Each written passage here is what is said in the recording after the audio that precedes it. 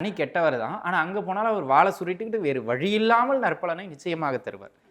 இப்போ பாவ கிரகங்கள் நம்ம முதன்மையா சொல்றது சனி, ராகு, கேது, செவ்வாய் இவங்கள தான். ஆனா இந்த 4 கிரகமும் உச்சபட்ச நன்மையை தருகிற ஒரே இடம் 11ஆம் இடம். பார்த்துக்கிடுங்க. எவன் நம்மள அடிப்பான்னு சொல்றானோ, அவனே நன்மையை செய்கிற ஒரு இடத்துல இருக்கான். அதாவது அவர் கெட்டவர் தான்பா. அமாவாசை அன்னைக்கு மட்டும் அவர்கிட்ட போய் நீ என்ன கேட்டாலும் குடுத்துருவார். அப்படிங்கிற மாரி அந்த அமாவாசை தான் 11ஆம் இடம். நீ நல்லா புரிஞ்சுக்கணும். அப்ப அதனால தான் அத மன நிறைவு ஸ்தானம். அ எந்த ஒரு விஷயம் எடுத்தாலும் அதோடைய நிறைவு தன்மையே 11ஆம் இடம். அபிலாஷைகளை குறிக்கின்ற ஸ்தானம். ஆசைகள் வேற. அதை தாண்டி ஆசைகள் எல்லாம் நிறைவேற்றக்கூடிய ஒரு ஸ்தானம். அப்போ 11ஆம் இடம் எந்த அளவுக்கு முக்கியம்னு பார்த்துங்க. நீங்க உங்களுக்கு கிரகங்கள்ல சொன்னா புரியும். சனி அப்படின்னாலே அப்படின்னு சொல்ற பல பேர் உண்டு. ராகு கேதுக்கள்னா அடேங்கப்பா அப்படிங்கிற ஆட்கள் உண்டு. சுக்கிரன் சொன்னா போதும். அப்புறங்க அப்படின்னு ஒரு ஜாலியா சொல்றோம் இல்லையா? அந்த மாரி பாவகங்கள்ல சுக்கிரன் எப்படியோ கிரகங்கள்ல அந்த மாரி பாவகங்கள்ல எது எடுத்தாலும் தம்பி தானே வச்சுக்கங்க அப்படிங்கிற மாரி அள்ளி குடுக்குறாருன்னா அது 11ஆம் இடம். அப்போ 11ஆம் இடங்கிறது ஒரு கொடை வள்ளல் நீங்க வச்சுக்கிடலாம்.